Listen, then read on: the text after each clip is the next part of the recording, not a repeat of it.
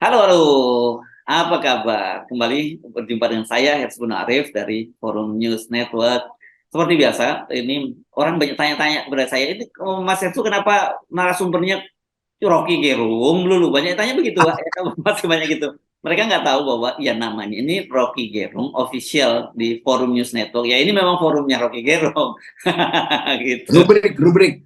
Rubrik ya kayak wawancara wawancara rubrik lah ini ya begitu ya. Kalau yang non Rocky Gerung wawancaranya di Hersubno Point. Itu yang mesti saya jelaskan. Seperti halnya juga ada Said Didu kan gitu ya di Manusia Merdeka itu rubriknya. Kalau di nah benar Anda generasi baby boomer. Jadi jelasinnya rubrik. Nah, gitu ya. Kalau anak sekarang paham, tapi kalau generasi baby boomer taunya rubrik. Oh, begitu paham rubrik clear ya. Jadi Yes. pertanyaan-pertanyaan masih saya ini baru saya baru di chat juga ditanya seperti itu. Oke, mari kita lanjutkan perbincangan kita ya, Bung Rocky. Ini saya baca berita-berita kalau sebelumnya kita bahas soal kegalauan Pak Jokowi dan sebagainya, tapi ternyata saya kira meskipun Ganjar Pranowo juga sudah dicalonkan dan ada kelegaan sejenak, tapi sekarang ini mungkin dia sudah mulai berpikir juga karena ternyata dia ini soal cawapresnya juga terima matang aja gitu karena diputuskan ini katanya ditanya oleh mereka siapa yang akan cawapres yang akan diusung yaitu terserah urusan partai gitu dan kemudian dan ternyata Ibu Megawati diserahkan pada Ibu Megawati soal siapa yang menjadi cawapresnya itu begitu Bung Rocky ya. Ya, begitu kembali pada Ibu Mega sensornya langsung berjalan tuh. Yang Ya, disodor-sodorin itu nggak dia perlukan. Jadi ya. bisa juga akhirnya Puan dijadiin wapres kan, Hmm. soal perhitungan macam-macam. Tapi bagi kita yang menilai etik di dalam mengajukan seorang, begitu diajukan presiden, kan presiden mesti memilih sendiri wakilnya supaya dia pas dengan dia tuh. Jadi Betul. kalau misalnya Puan dipilih, orang langsung berpikir kalau begitu sebetulnya dalam praktek nanti Puan yang akan jadi presiden karena Puan Hmm. pasti akan merangkap ketua partai. Begitu Puan merangkap ketua partai, kedudukan Pak Jokowi, Pak Ganjar itu balik lagi seperti kedudukan Pak Jokowi, petugas partai aja kan. Kan Hmm. itu soalnya tuh. Dan Hmm. mungkin petugas partai yang juga lebih lemah. Jadi kan disebut Betul. Ganjar itu Jokowi KW2 kira-kira begitu. Ini yang ya itu logikanya begitu tuh. Ya, ya. Jadi Ganjar akhirnya tidak otonom sebagai presiden. Jadi dia adalah presiden partai, bukan presiden Republik Indonesia. Itu dari awal udah pasti begitu sini semua orang tuh. Ya, ya. Dan itu kan jelas sebenarnya kalau kita simak kembali pidato pencapresan Ganjar Pranowo oleh Ibu Megawati kan begitu. Disebutkan bahwa petugas partai yang jadi Gubernur Jawa Tengah dan sekarang ditingkatkan dia penugasannya menjadi petugas partai yang menjadi calon presiden. Saya kira ini yang jadi persoalan mungkin secara etika di mana kalangan internal PDIP ya itu benar karena Ibu Megawati memang diberi hak prerogatif untuk itu. Tapi ketika ini kemudian masuk wilayah kenegaraan, ya menurut saya ini jadi persoalan sendiri kan. Iya kan Ganjar kalau dia Ganjar sekedar petugas presiden, ya nggak mungkin dia jadi presiden kan. PDIP butuh 50% plus satu buat jadikan Ganjar kan. Jadi Hmm. ada PDIP berapa sekarang? 19% tuh. Jadi tetap 19,33 Bung. ya, 19,33 ya. ya sebutlah 20 tuh. Nah Hmm. 31% itu bukan suara PDIP. Hmm. Jadi kalau kita bandingkan kok dia jadi presiden partai, padahal dia dipilih oleh lebih dari sekedar konstituen PDIP kan itu intinya kan. Jadi bayangkan misalnya Ibu Mega tetap kurang paham bahwa dia adalah presiden Republik Indonesia. Dipilih oleh siapa? Oleh PDIP. Nggak mungkin.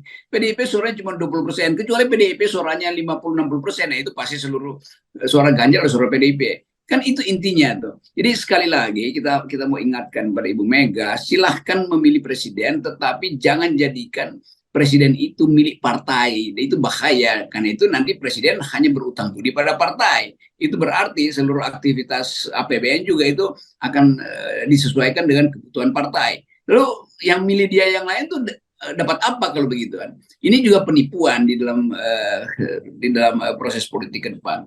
Ya. Saya kira mungkin sebutan Anda tadi sebagai jaga Jokowi KW2 itu ya nggak berlebihan ya. Meskipun itu agak sinikal gitu ya. Tapi karena gini, saya ingin sampaikan penjelasan begini. Ibu Megawati pasti tidak mau terulang lagi pola hubungannya dengan Pak Jokowi ya. Pak Jokowi yang disebutnya petugas partai kan dalam banyak hal juga melawan Ibu Megawati, dan kemudian itulah kita melihat pasang surut hubungan Ibu Megawati dengan Pak Jokowi gitu. Dan saya kira dalam kasus Ganjar pasti Ibu Megawati nggak mau terulang lagi, nggak boleh terulang. Jadi kontrolnya terhadap Ganjar, atau cengkramannya terhadap Ganjar pasti lebih dalam ketimbang terhadap Pak Jokowi. Nah itu bahayanya. Jadi Ganjar bukan sekedar jadi petugas partai, tapi pesuruh partai itu. Karena sebagai petugas, ya contoh Jokowi gagal tuh. Nah sekarang Ibu Mega akan cengkram lebih ketat sebagai pesuruh aja, lebih buruk lagi kan. Jadi kita nggak lihat seorang presiden tampil sebagai presiden Republik Indonesia tuh. Setiap kali di kepalanya Ganjar, oh saya nanti gimana jadi presiden Republik Indonesia, tapi mesti minta izin dulu pada Ibu Mega tuh. Jadi buat apa ada pemilihan presiden langsung kalau intinya seseorang jadi presiden bukan untuk mewakili kedaulatan rakyat atau membaca kedaulatan rakyat, tapi membaca kepentingan partai. Nah itu juga berbahaya di dalam proyek-proyek ke depan itu. Kan seluruh kebijakan negara nanti akan dikendalikan oleh PDIP atau oleh Ibu Mega atau mungkin penggantinya Ibu Puan kan. Itu bahayanya. Kalau seseorang, ini juga kesalahannya Ganjar sendiri kan, dia tolak aja mestinya kan.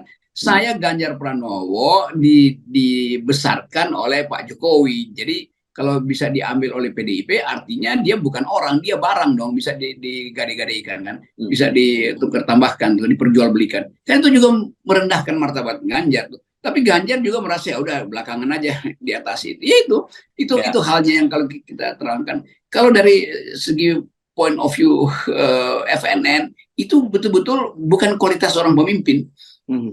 Ya, ya. Oke, tapi bahayanya kan begini, itu tadi kan ranah private, Bung Rokin. Realitasnya kan ketika nanti dia jadi presiden, itu kan masuknya bukan ranah private lagi, ranah publik, bahkan itu ranah kenegaraan, kan jauh lebih berbahaya kalau itu terjadi. Ya, itu nanti kita bayangkan. Ganjar masuk dalam ranah publik, diasuh oleh etika publik, diasuh oleh norma-norma publik, diasuh oleh regulasi publik. Tetapi kebijakan dia itu akan pro pada norma-norma privat dianggap di dalam partai PDIP kan, apalagi dianggap hubungan dia dengan Megawati itu personal. Kan mestinya hubungannya hubungan profesional kan. Tapi yang profesional itu berubah menjadi personal karena mental Ganjar turun. Dia adalah raja yang dirampok dari musuh, dari rumahnya sendiri kan, dipindahin ke rumah yang sebetulnya memusuhi dia. Tuh mentalnya juga jatuh. Jadi nanti akan gampangnya begini. Ganjar, kalau bukan gue ambil lu dari Jokowi, lu akan jadi presiden di situ tuh. Karena itu lu udah jadi pembantu gue aja. Kira-kira begitu psikologi publik kan. Jadi Ganjar akhirnya juga merasa iya dia diselamatkan oleh Megawati. Sebagai apa? Sebagai calon presiden. Bukan sebagai orang yang sudah diincar untuk tidak menang. Kan itu intinya kan. Jadi dimenangkan oleh Megawati melalui transaksi apa istilah kemarin saudara Hersu itu hostile takeover kan itu. Oh iya, hostile takeover ya. Itu soalnya tuh. Jadi bagaimana mungkin kita percaya bahwa Ganjar bisa memimpin dengan teguh kalau dia akhirnya tahu bahwa dia sebetulnya diselamatkan oleh orang yang tadinya memusuhi dia tuh. Jadi harga dirinya turun, lalu balas budinya makin menjadi-jadi. Ya. Nah, dengan pernyataan ini, saya kira kita menyarankan kepada teman-teman wartawan, sudahlah, jangan lagi ditanya-tanya Pak Ganjar Pranowo siapa akan jadi calon wakil presiden. Nanti malah itu membuat dia malah pusing gitu, karena dia tahu pasti dia tidak menjawab. Dan kita kan akhirnya kan kita udah bisa menduga dengan keras, dan bukan menduga ya, memang itu seperti itu. Ibu Megawati lah yang akan mencarikan jodoh ini ya. Jadi seperti di masa lalu lah gitu. Seperti kawin paksa lagi nanti yang terjadi kan, karena orang tua yang menjodohkan dalam hal ini Ibu Megawati gitu. Dan sekarang kita tinggal bisa kira-kira memprediksi seperti apa calon pilihan Ibu Megawati untuk pendamping Ganjar itu. Nah kita menduga-duga bahwa Ibu Megawati pasti udah tahu kalau dia nggak putuskan sendiri, dia akan ditekan oleh partai-partai lain kan. Mega menganggap sekarang setelah ada koalisi dia tentukan partainya tuh, dia tentukan wapresnya tuh. Bagi koalisi sekarang terima dulu calon wapres gue baru gue mau koalisi kan, itu rumitnya di situ kan. Jadi nggak mungkin misalnya P3 itu menyodorkan diri untuk berkoalisi tanpa keputusan sebelum koalisi bahwa yang harus jadi wapres adalah Anies. Demikian juga PAN. Jadi kesulitannya di situ. Ibu Mega menganggap partai-partai berkoalisi dulu dah, baru kita tentukan. Nah, partai-partai yang potensial koalisi menganggap sebaliknya. Tentukan dulu, baru kami diundang berkoalisi itu. Nah, kesulitannya di situ. Jadi Ibu Ya, Mega dari awal ingin mengendalikan sebetulnya pemimpin Indonesia. ya, ya. Kan Ibu Megawati menyatakan bahwa sudah ada partai-partai ya. Saya dengar dari Mbak Puan, begitu kata Ibu Megawati, sudah ada partai-partai yang berkomunikasi minta koalisi. Saya membayangkan partai mana ya? Karena kan kita bisa gampang hitungnya sekarang kan begitu ya. Di luar sana ada 3 partai, Nasdem, ada Demokrat, ada PKS. Nggak mungkin ini yang berkoalisi dengan PDIP karena bukan nggak mungkinnya karena PDIP sendiri sejak jauh-jauh hari udah ngomong nggak mungkin kan begitu ya. Itu yang dijawab Ya, Mas Hasto itu, apalagi PKS dan Nasdem tuh betul-betul no way, big no lah buat PDIP. Nah di luar itu kan ada lagi Gerindra, PKB yang sudah berkoalisi dan Golkar yang akan bergabung di situ. Jadi sisanya kan sebenarnya tinggal PAN kan begitu, dan PAN ini kan sebenarnya juga karena kebingungan dia ingin menempatkan Erik, bukan persoalan dia mau berkoalisi dengan siapa kan gitu. ya itu poinnya tadi itu. Jadi PAN mau dapat kepastian. Kalau PAN berkoalisi itu artinya Erik yang menentukan PAN. Erik akan perintah PAN supaya gue dikirim ke situ. Jadi Erik mau dapat kepastian dulu. Kalau berkoalisi bukan saya wakil presiden, ya Erik amplopnya akan dia lem lagi tuh. Jadi buka amplopnya tuh. Ya, Jadi gampangnya begitu. Jadi Megawati juga ya agak konyol juga. Kan udah secara faktual bahwa wakil presiden itu membutuhkan donor supaya mesin politik Ganjar bisa jalan. Tuh kan duit PDIP nggak sanggup lah untuk sekedar amplop-amplop, dia mesti amplop tebal karena mesti membujuk konstituen yang sangat besar untuk mendapatkan suara pada Ganjar. Lain kalau Jokowi di era pertama itu otomatis tanpa sponsor pun sebetulnya PDIP cukup karena Jokowi udah dielulukan sebagai pendatang baru dalam politik kita, walaupun kemudian jadi berakhir dengan agak tragis Pak Jokowi. Nah Ganjar ini nggak dianggap sebagai euforia semacam Jokowi kan. Jadi perlu mesin politik besar tuh, dan Erick Thohir tahu bahwa mesin itu minyaknya dari saya. Ya, ya, ya, ya, ya. Jadi ini sebenarnya bisa saling kunci dong ya, Bung Rocky ya. Nah itu enaknya begitu. Erik ngambek aja kan di Hmm, last minute aja. hmm, Erik tunjukkan kemampuan dia untuk mengatur partai yang berideologi sosialis dengan kapasitas kapitalisnya Erik. Dan itu jadi kimianya nggak bisa ya. menyatu juga tuh. Dan sejak pagi-pagi Erik sudah memberikan sinyal. Dia menyatakan ketika ditanya soal pencapresan, dia bilang dia tidak mau mikir soal itu karena kata dia tegak lurus pada Pak Jokowi. Jadi artinya sebenarnya ini yang akan menentukan kemana PAN berikutnya, karena PAN sendiri sebelumnya juga menyatakan bahwa untuk capres akan ikut arahan Pak Jokowi. Ini sebenarnya kuncinya masih Pak Jokowi juga. Ini menarik juga di tengah situasi begini masih ada partai yang masih tetap berharap dan bukan berharap, berlindung kepada Pak Jokowi. Kalau Erik saya kira ya wajar karena dia menterinya Pak Jokowi dan dia sendiri memang tidak punya kekuatan politik. Jadi kira-kira peluru Pak Jokowi ke PDIP adalah Erik sebetulnya. Kan Hmm. gampangnya begitu, bukan Sandi lah. Jadi Ya, ya, juga ya. Pak Jokowi tahu reputasi Erik sebagai profesional. Hmm. Mungkin banyak juga BUMN mungkin yang merasa ya berhasil kok tuh, tinggal kita hitungkan mana yang masuk akal akuntansi BUMN. Tapi secara umum publik menolak Erik, walaupun Erik itu diandalkan sebagai salah satu menteri yang dijagokan presiden. Jadi tetap posisinya presiden menginginkan ada tangan dia di PDIP. Nah satu-satunya yang mungkin sekarang adalah Erik karena bisa disuruh-suruh dan bisa diminta untuk melakukan kepentingan presiden, karena tetap presiden juga tahu ya beberapa komorbid Erik dipegang presiden kan. Ya, ya, ya, ya. Jadi tetap saja ini meskipun partai-partai ini sudah punya calon presiden, masih ada kerumitan-kerumitan ya. Itu terutama terjadi pada PDIP dan juga pada Ganjar dan pada Anies Baswedan dia.